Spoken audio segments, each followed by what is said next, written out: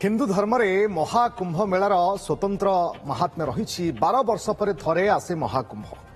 यह केवल प्रयागराज, हरिद्वार, उज्जयिनी और नासिक रे होता है।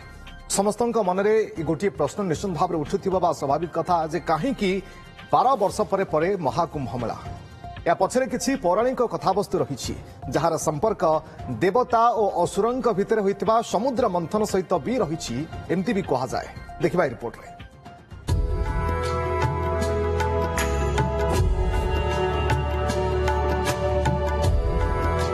प्रति 6 वर्ष रे अर्धकुंभ आ 12 वर्ष रे महाकुंभ। अर्धकुंभ और महाकुंभ भितरे फरक कौन? कहीं 12 वर्ष रे थरे महाकुंभर महार्घ्य बेला पड़े। या पछरे रही किछि पौराणिक कथावस्तु। समुद्र मंथन सह यह जड़ित। समुद्र मंथनर आदि कालरू कुंभर आयोजन होई आसुथुबा कुहा जाउछि।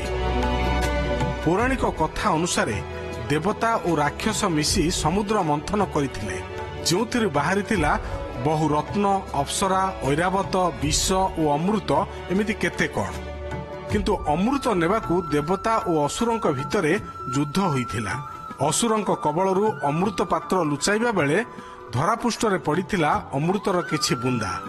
यह भारतर प्रयागराज, हरिद्वार, उज्जयिनी और नासिक रे पड़िथिला।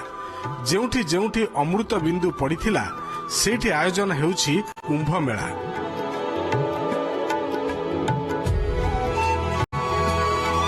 असुरंक सह टणाअटरा भितरे चंद्रदेव अमृत बहिजिबाकू रोकिथिले। कलश को लुचाई देइथिले बृहस्पति। सूर्यदेव कलश फाटिबाकू रोकिथिले। इंद्रंक कोपरू सुरक्षा देइथिले शनिदेव। जेबे एसबु ग्रहर संजोग गोटे राशि रे हुए सेतेबेले आयोजन होइता है महाकुंभ।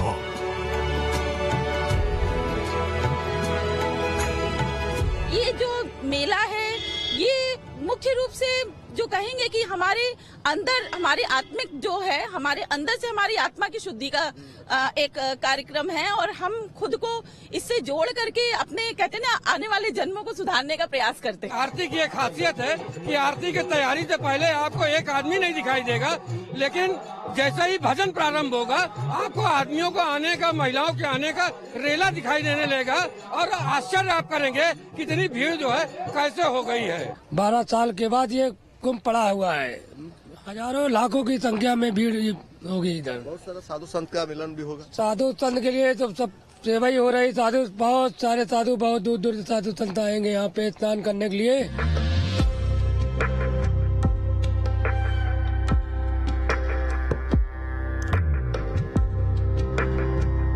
वैदिक ज्योतिषंक अनुसार बृहस्पति गोटे राशि रे पाखापाखि वर्षे जाए रुहंती। राशि भ्रमण पाई तांकु 12 वर्ष लागिथाए। एथिपाई 12 वर्ष परे प्रयागराज, हरिद्वार, उज्जयिनी और नासिक पवित्र स्थल रे कुंभर आयोजन होइथाए। सेपरि शास्त्र अनुसार पृथ्वीवासींकर वर्षे देवतांक पाई गोटे दिन सह समान। यही हिसाब रे पृथ्वी रे गणना अनुसार देवता और असुरंक भितर युद्ध 12 वर्ष जाए चलीथिला।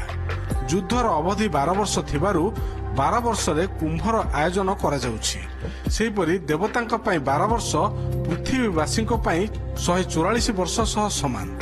यही हिसाब रे 144 वर्ष परे स्वर्ग रे आयोजित हुए कुंभ मेला। एथिपाई पृथ्वी रे सही वर्ष महाकुंभ आयोजन होइथाय। आदि शंकराचार्य एहाकू आरंभ करथिले। आदि शंकराचार्य और तांकर किछि शिष्य सन्यासी आखड़ा पाई संगम रे साहिस्यान व्यवस्था करथिले।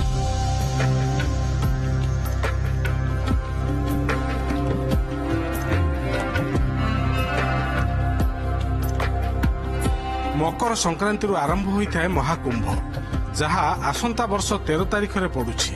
फेब्रुआरी 26 रे शिवरात्रि रे अंतिम स्नान सह कुंभ समापन होता है। एथर महाकुंभ रे 6टी स्नान जोग रही। जानुआरी 13 पौष पूर्णमी, 14 मकर संक्रांति, 29 मौनी अमावास्या, फेब्रुआरी 3 बसंत पंचमी, फेब्रुआरी 12 माघ पूर्णमी और फेब्रुआरी 26 महाशिवरात्रि रे स्नान जोग रही। मकर संक्रांति, मौनी अमावास्या और बसंत पंचमी रे शाही स्नान रही। Bureau report, OTV.